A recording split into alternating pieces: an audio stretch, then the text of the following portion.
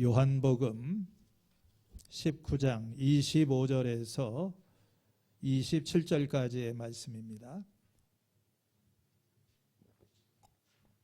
한 목소리로 읽습니다. 그런데 예수의 곁에는 예수의 어머니와 이모와 글로바의 아내 마리아와 막달라 마리아가 서 있었다.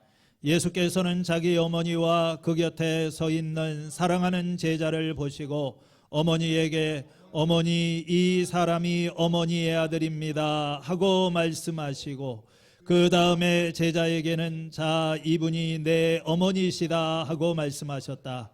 그때부터 그 제자는 그를 자기 집으로 모셨다. 아멘. 예수님께서 십자가 위에서 남기신 7마디의 말씀을 우리가 하나씩 살펴보고 있습니다.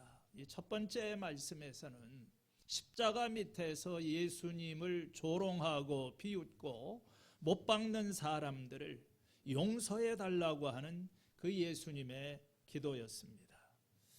이 두 번째 말씀은 예수님의 십자가 좌편과 우편에 있는, 한편으로는 주님을 여전히 조롱하고 멸시하는 사람, 그리고 그 가운데에서도 이제 마음을 돌이켜서 나를 기억해 달라고 요청하는 이 죄인들, 죄수들을 끌어안으시는, 이 품에 안으시는 이 주님의 그 모습을 보여주었다고 한다면, 오늘 읽은 이 세 번째 말씀은 이 주님이 가장 사랑하시고 또 주님을 사랑하였던 그 사람들을 향한 우리 주님의 깊은 애정과 관심을 보여주고 있습니다.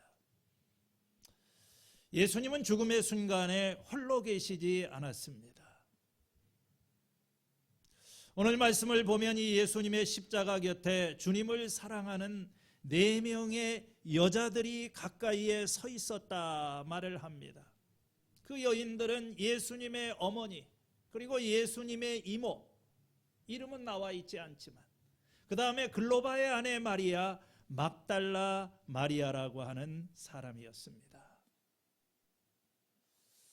공관복음서에 보면은, 다른 복음서에서는 여자들이 십자가 저 멀리에서 가슴을 치며 아파했다고 되어 있는데, 요한복음에 보니까 이 사람들이 십자가 가까이에 곁에 서서 있었다. 그리고 그 옆에 예수님이 사랑하시는 제자도 있었다고 합니다. 여러분, 예수님이 십자가에 지금 죽으시는 이 자리 그 곁에 있는 사람은 굉장히 위험한 일이지요. 상당한 용기가 필요한 일이었을 것입니다. 그 죽음의 자리에서 이 장애물을 뚫고 나온 이 사람들 많지 않았어요. 5명밖에 되지 않았습니다. 오늘날에도 이 예수님의 이 십자가 가까이 나와서 서 있는 제자들은 그렇게 많이 찾기는 힘든 것 같습니다. 여기서 특별히 눈길을 끄는 것은 예수님의 어머니입니다. 예수님께서 십자가 위에서 고통을 받으시던 그 자리에 사랑하는 어머니가 계셨어요.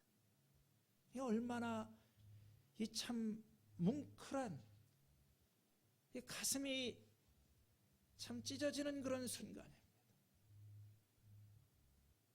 십자가 위에 계시는 이 예수님과 그 예수를 바라보는 이 어머니의 눈길이 아주 가까이에서 서로 마주치고 있습니다.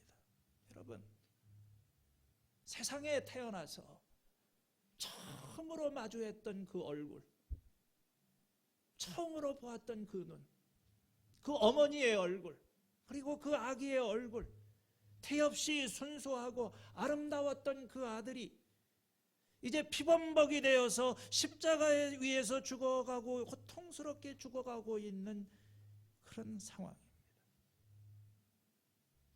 그 모습을 가까이에서 지켜보는 이 어머니의 마음은 어떠했을까?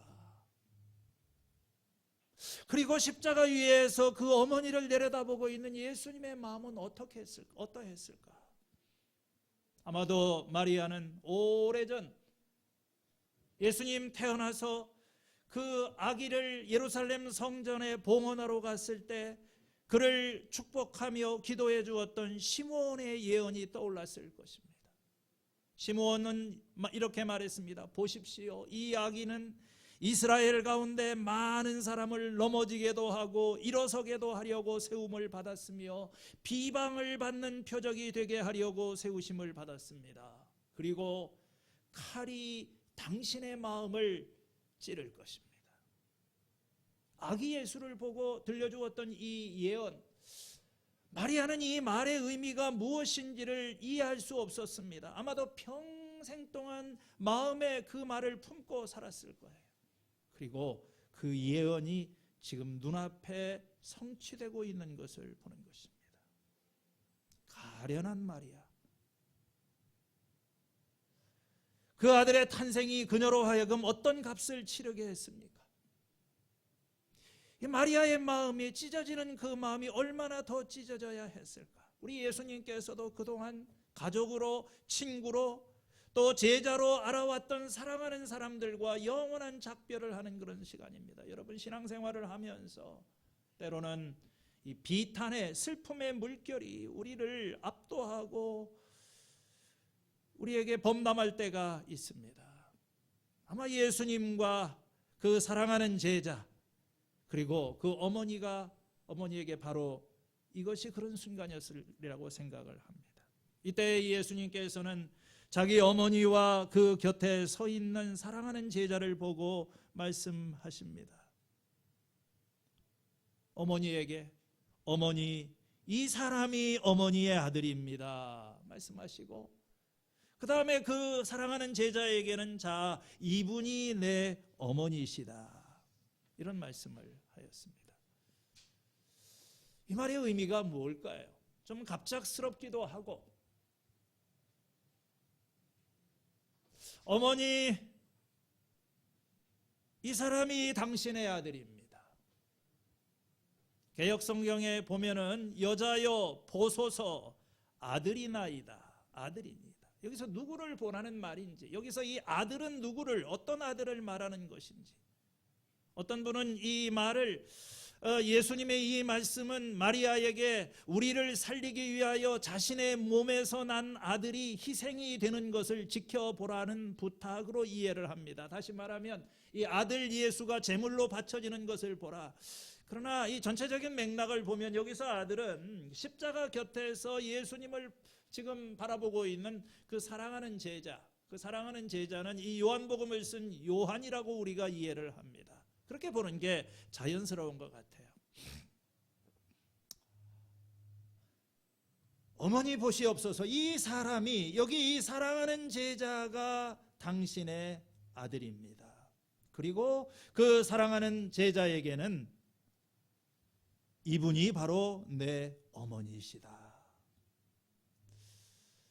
이렇게 우리가 볼 때 이 말씀은 예수님께서 이제 이 사랑하는 제자가 그 예수님의 어머니를 봉양하고 섬기는 그런 아들의 역할을 할 것이다, 그런 말씀으로 이해를 할 수 있습니다. 그래서 이 제자는 그때부터 어머니를, 예수님의 어머니를 자기 집에 모셨다고 이야기를 합니다. 참 우리는 복음서를 읽으면서 참 가장 아름다운, 가슴 참 이렇게 뭉클하게 느껴지는 그런 규절입니다. 예수님께서는 자기 어머니를 보셨을 때 어머니의 앞날을 생각하지 않을 수가 없었어요. 물론 예수님에게도 형제들이 있었지만 그들은 예수님을 믿지 않았습니다. 그래서 이제 예수님은 세상을 떠나시면서 자기 제자, 사랑하는 제자 요한에게 어머니를 모시라고 말을 하고 있는 것입니다. 여러분, 예수님은 마리아를 사랑하셨어요. 그녀의 아픔을 같이 아파하셨습니다. 심각하게 오해받고 고통받고 수치스럽게 죽어가는 아들을 보아야 하는 이 육신의 어머니 마리아의 아픔과 또 그것을 보는 예수님의 고통, 이 어머니의 마음에 대한, 모성에 대한 깊은 이해와 이 아픔이 서로 이렇게 공유되고 있는 것입니다. 가족에 대한 어떤 책임이라고 할까요? 예수님 자신이 십자가에 달려서 심한 통증과 공포에 휩싸여 있고 영적으로는 말할 수 없는 절망 가운데 떨어지고 있습니다. 세상의 구원을 이루기 위해서 십자가에 못 박였지만 아직도 그 어느 것 하나 정해지지 않은 그런 상태 속에서 이 십자가의 고뇌 가운데 어머니의 앞날을 생각하는 이 예수님의 그 말씀 속에서 우리는 뭔가 참 감동을 느끼게 됩니다. 예수님은 집안을 책임졌던 일종의 가장 역할을 하던 장남이었었고 그 어두운 시간에 자기보다 다른 사람의 슬픔을 생각하고 계십니다. 이 예수님이십니다. 요한복음 13장 1절에 보면 예수님께서 세상에 있는 사람들을 사랑하시되 끝까지 사랑하셨다.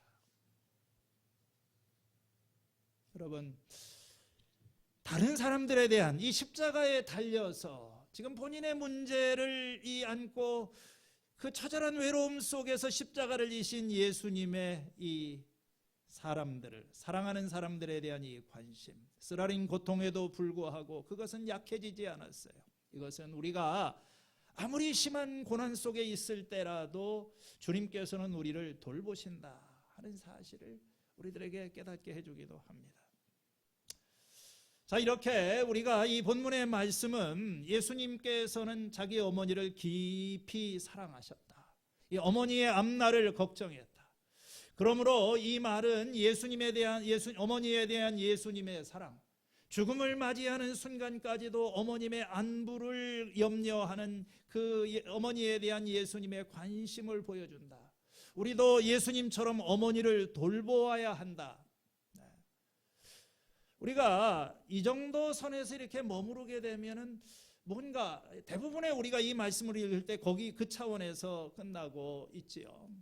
그렇지만 조금 더 이렇게 깊이 들어가서 이 예수님의 마지막 말씀 속에는 오늘 이 많은 학자들은 문자적인 의미 너머 이후에 어떤 그 보다 깊은 의미, 상징적인 의미가 있다고 이해를 합니다. 왜냐하면 이 요한복음이라고 하는 책이 굉장히 상징적인 그런 그 언어를 많이 상징성이 깊은 그런 책이죠.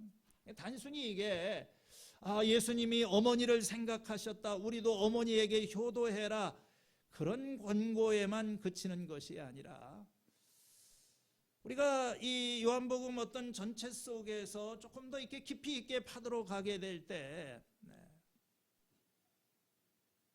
여기서 이 예수님의 어머니가 등장을 하는데요. 이 예수님의 어머니도 어떤 이 상징적인 그런 이게 언어가 사용이 되고 있어요. 왜냐하면 여기 보니까 예수님의 어머니는 마리아인데 마리아라고 하는 이름은 나오지를 않아요. 원문에 보게 되면 그냥 여자여라고 이렇게 이야기를 하고 있습니다. 요한도 자기 자신을 요한이라고 하지 않고 사랑하는 제자다 이렇게 이야기를 합니다. 여자여. 예수님을 보고 여자여 이렇게 좀 무례한 듯 보이는 이건 특별한 말인데 이 말이 사용되는 것은 요한복음 2장입니다. 가나 혼인 잔치에서 그 포도주가 떨어져서 사람들이 당황할 때 예수님의 어머니가 참 그 일을 이야기를 했습니다. 예수님께서 여자여 나와 무슨 상관이 있습니까? 예수님을 어머니를 여자라고 불렀어요. 그러면서 예수님이 하신 말씀이 내 때가 아직 이르지 못하였습니다. 그리고 오늘 우리가 이 19장에 오면은 예수님께서 다시 한번 십자가에서 어머니를 보시고 여자여, 요한복음에 딱 2번만 나오는 그런 기절입니다. 이제 때가 이르렀어요. 새로운 창조가 시작되는 그런 순간입니다. 새로운 출생의 시점이 이른 것입니다. 예수님의 이 십자가의 고난, 자신의 피로 새 언약을 씀으로 인해서 이제까지 존재하지 않았던 새로운 사건을 일으키시고 이제 예수님과 제자는 새로운 관계 속으로 들어가는 거예요. 여러분 여기 보세요. 이 예수님의 십자가의 죽음과 함께 요한은 이 시간 이후로 마리아의 아들이 되고 마리아는 요한의 어머니가 됩니다. 그런 의미죠. 너의 어머니다. 마리아는 더 이상 이제 예수의 어머니라고 불리지 않습니다. 이 제자의 어머니고 요한은 마리아의 아들이 되는 것이다. 새로운 가족 관계를 이야기를 하는 것입니다. 이것은 어떤 예수 그리스도를 통하여 세워진 이 교회, 새로운 공동체 안에서 이 사람들이 새로운 가족을 이루게 되는 거예요. 이 로마 가톨릭 교회에서는 저도 이 말씀을 이게 굉장히 상당히 너무 우리가 이 상징적인 해석을 강요를 하게 되면 이게 이제 마리아 숭배가 되는 것입니다. 그래서 여기 이런 귀절의 근거에서 이 가톨릭 교회에서 일부 사람들은 여기서 이 여자여 당신의 아들입니다. 이렇게 이 사람이 당신의 아들입니다 하는 것이 이제 모든 신자들이 마리아를 성모로 모셔야 된다 하는 것으로 이렇게 이해를 합니다. 예수님의 사역의 이 정점이 마리아를 사도들의 어머니, 교회의 어머니, 새로운 이스라엘의 어머니로 세우는 것이다. 그리고 이런 어떤 제자들을 성모의 보살핌 아래 들어오게 하는 그런 기절이다. 왜냐하면 이 마리아가 교회의 어머니가 되고 제자들의 어머니가 되었으니까. 이것은 좀 너무 이 본문의 말씀을 무리하게 적용한 것이라고 말할 수밖에 없어요. 왜냐하면 마리아가 이 제자들을 품을 뿐만 아니라 그때부터 제자가 이 어머니를 모셨다 하는 그런 말을 여기서 동일하게 이야기를 우리가 같이 읽을 필요가 있죠. 그럼에도 불구하고 어느 정도의 이 상징적인 의미가 있다고 하는 것을 우리가 부정하기는 쉽지 않은 것 같습니다. 여러분, 예수님 세상을 떠나시는 그 자리에 요한을 보고 말씀하십니다. 내 어머니다. 그리고 마리아를 향해서 말씀하십니다. 여자여, 보시옵소서 당신의 아들입니다. 이 말씀은 예수님의 능력을 통해서 새롭게 탄생한 공동체에 관한 그런 말씀이 있어요. 예수님은 지금 슬픔으로 어안이 벙벙해져 있는 마리아와 그 사랑하는 제자를 위해서 말씀을 주신 것입니다. 예수님은 말씀하셨어요. 내가 온 것은 칼을 주러 왔다. 가족이 산산조각이 날 것이다. 그 말씀이 성취되고 있는 거예요. 이 예수님의 끔찍한 죽음으로 인해서 가족이 풍비박산나고 있습니다. 이제 사랑하는 어머니는 그 아들을 더 이상 볼 수 없습니다. 그가 사랑했던 제자도 이제 예수님과 작별을 하고 기존의 가족 질서는 다 깨지는 것입니다. 그리고 주님께서는 이 마리아에게, 요한에게 이제 새로운 가족으로, 새로운 가족이 여기서 만들어지고 있는 것입니다. 누가 나의 어머니와 나의 동생들이냐? 하늘에 계신 내 아버지의 뜻대로 하는 자가 내 형제요 내 어머니다. 여러분, 가족은 참 소중한 것입니다. 그렇죠? 우리가 태어나서부터 죽는 순간까지 우리는 함께 있기를 원하고 이 가족의 인연을 쉽게 놓지를 못합니다. 그러나 이 가족의 관계는 깨어지기 쉬운 것입니다. 영원히 함께 살 수는 없는 거예요. 오늘 이 십자가에 의해서 그 육신의 아들을 떠나보내야 되는 마리아처럼, 예수님처럼, 요한처럼 우리의 이 관계는 깨어지고 사라질 수 있습니다. 어떤 재난이 와서, 사고로 인해서 우리는 사랑하는 사람들을 떠나보내야 되는 때가 올지도 모릅니다. 태풍이 와서 우리 가족의 모든 것을 다 쓸어버리는 그런 자리에서 우리는 이렇게 말할 수 있습니다. 이 슬픔의 자리에서 최소한 나에게는 가족이 있다. 하나님이 주신 새로운 가족, 내 육신의 가족을 떠나보는 그 자리에서 이 새로운 영적인 가족이 탄생하고 예수님께서는 우리를 새로운 관계로 부르신다고 하는 것입니다. 오늘 이 십자가 위에서 모든 일을 마치시고 떠나가시는 예수님, 그리고 그 사랑하는 제자들을 보시면서 이제 주님은 가시지만 주님께서 이 땅에 남겨놓으신 것이 교회입니다. 새로운 가족인 거예요. 보십시오. 누가 여러분의 형제이고 누가 여러분의 가족입니까? 서로 사랑하라. 내가 너희를 사랑한 것 같이 이제 이분을 너의 어머니로서 극진히 사랑하고 또 우리의 자녀로서 서로 간에 극진히 사랑하라. 오늘 주님께서 이 말씀을 통해서 우리가 그리스도 안에서 우리는 혈연적으로도 무관하고 공통점도 없고 또 모이면은 문제도 많고 그런 것 같지만 우리는 가족입니다. 그리고 주님께서 이 십자가의 마지막 위에서 말씀 속에서 이 서로 가족 안에서 서로 사랑하라. 이 교회를 세우기를 원하십니다. 그래서 저는 오늘 이 시간에는 좀 교회를 위해서 함께 좀 이렇게 기도했으면 좋겠습니다. 주님께서 그토록 육신의 부모님과 또 육신적으로 가까웠던 사랑하는 제자를 떠나가면서 이 세상 가운데 세우기를 원하셨던 그 새로운 가족, 새로운 공동체, 우리 겨자씨 교회가 그런 교회가 되게 해 주시고 이 하나님의 사랑으로 나아가기를 원합니다.